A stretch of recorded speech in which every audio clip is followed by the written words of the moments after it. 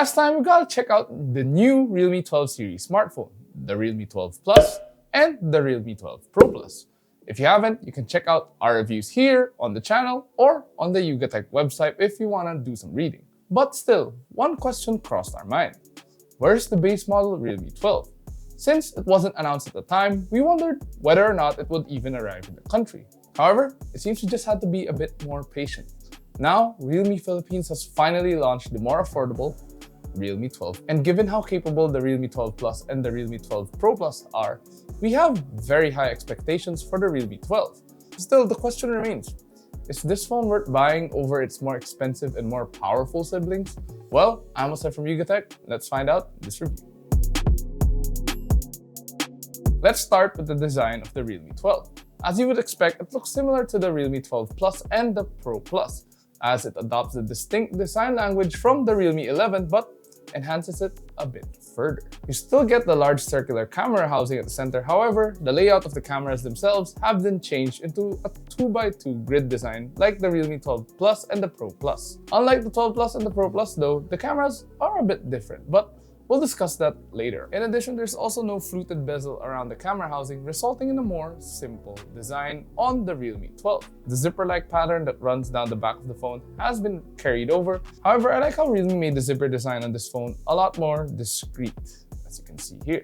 There are no contrasting colors, which helps add a minimalist touch to the phone. The back panel also features a matte finish, making it relatively smudge resistant. And there's also new colorways like this new pink color of our review unit. Now, some of you might have some comments about this phone, especially since it does not have a curved body design, which some of you might not like, but personally, I don't mind. It feels nice in my hand, and the buttons are easily accessible within one finger. The back panel is also made of plastic, but it does feel sturdy.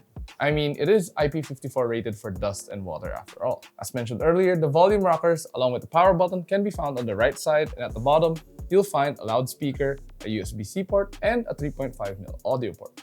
At the top, you'll find another loudspeaker, a secondary microphone, and a dual SIM card slot, along with a microSD card slot. This isn't the lightest or slimmest phone out there, but it isn't exactly heavy or bulky. It fits nicely into my pocket, even if I have another phone with me. Overall, it's a great looking phone, and have nothing bad to say about it. Now, when you open up the Realme 12, you are greeted by a 6.72-inch display.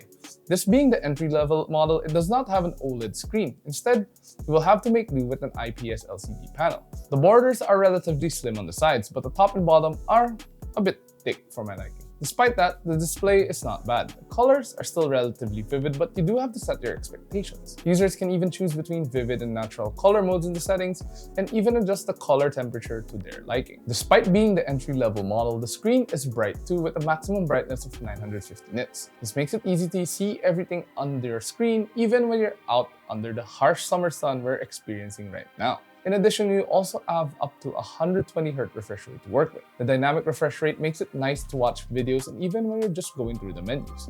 But the ones who will enjoy it the most are, of course, the gamers. More on that later. When you're watching videos with friends, you do get stereo loudspeakers, which are rather decent at best. But at least they are stereo, meaning you don't have to worry about fingers blocking the bottom speaker when you're watching like this. Still, if you want a better listening experience, I would recommend using the 3.5mm audio port or pairing your favorite Bluetooth earphones. Now, let's move on to the cameras. The Realme 12 only comes with a dual rear camera setup. The main shooter uses a 108-megapixel sensor and is paired with 2-megapixel depth sensors. For selfies, you do get an 8-megapixel front camera. If you enjoyed the photos we were able to take with the 12 Plus and the 12 Pro Plus, then you won't be disappointed taking photos with this. In daylight and well-lit environments, the photos are rather sharp and you do have nice saturation and contrast. Even when you're using 3x zoom, the photos still come out nice. However, the sharpness does drop off when you zoom beyond 3x, becoming a bit more grainy and you're losing a lot more detail. At night, the photos aren't as great as compared to shooting in the day, but the AI algorithm does seem to help a bit. They aren't as sharp as the photos you took in the day, but they're a bit better and you can still work with it. You'll notice that the edges aren't as sharp and there's a lot more noticeable grain. The same can be said when you're using 3x zoom. It's still somewhat usable, but the difference when comparing to shooting in night and day is very, very noticeable. And you can expect similar results when you're shooting video using the Realme 12.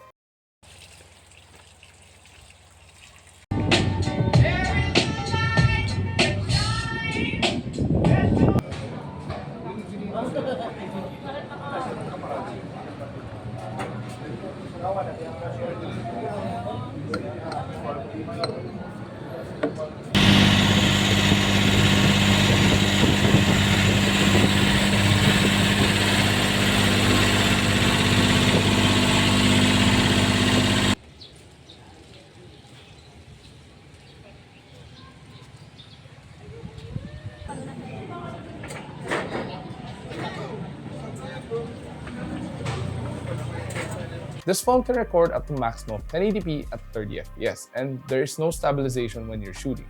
So with that being said, you better have steady hands when you're shooting content on this phone. Just like when you're shooting photos, you can also use zoom when you're shooting videos on the Realme 12. There are other photo modes you can choose from, including night, street, portrait, and even dual view video, to name a few. Personally though, I ended up using photo and video mode the most since the phone's AI algorithm already does a decent job at capturing content. Powering the Realme 12 is a MediaTek Dimensity 6100 Plus. Our review unit comes with 8GB of RAM, which can be virtually expanded by an additional 8GB for a total of 16GB, along with 256GB of internal storage. As mentioned earlier, you can expand storage via micro SD card. However, doing so will have you sacrifice the second SIM card slot. Now, the Dimensity 6100 Plus is a relatively powerful chipset, and it can handle day-to-day tasks without any lag or slowing down. These include browsing social media, surfing the net, watching videos on YouTube or Netflix, sending emails, and more. Even if you leave apps running in the background or use floating windows, you won't feel that the phone lacks performance. It's a similar story when it comes to playing games. As we expected, the Realme 12 can run light games like Mobile Legends and Asphalt 9 without really any issues. You can even bump up the graphics settings for an overall better experience. But when it comes to more graphic-intensive titles, the Realme 12 can also run Genshin Impact, which is the game I played the most on this phone. It had a hard time running the game at max graphics and 60 FPS, but if you adjust the settings a bit, you can enjoy playing Genshin on this phone, especially with the 120Hz display. I did notice though that it has a tendency of heating up around 15 to 20 minutes of playing Genshin, even with the settings adjusted already. Strangely, this did not affect the gameplay performance though, but something worth noting. For those of you who want to see the benchmark data though, you can check it out right now.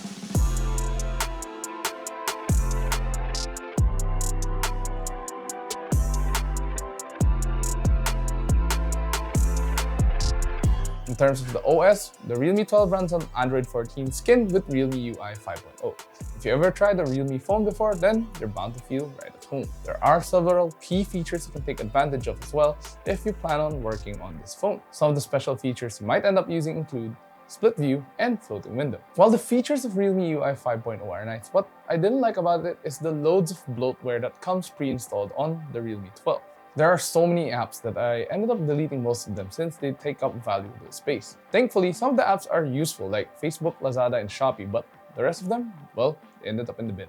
In terms of battery, the Realme 12 has a standard 5000 mAh unit. Since I got my hands on the phone, it easily lasts a whole day despite being used to take photos, watch videos, and more. What I did notice is that it uses up a lot more battery when you're playing graphic-intensive titles like Genshin Impact. From our usual benchmarks, which includes our video loop test and PCMark's Work 3.0 battery test, we were able to get great results. On PCMark, we got 16 hours and 58 minutes, while our video loop test resulted in 24 hours and 1 minute. Now, these tests were done in airplane mode with 50% brightness and 0 volume. So that means you don't really need to recharge this phone often. When you do need to recharge, you have a 45-watt fast charger to work with. According to Realme, it can recharge the phone from 1 to 50% in just 30 minutes. In terms of connectivity, the Realme 12 comes with the full suite of products including 5G, dual-band Wi-Fi, Bluetooth 5.2, and GPS.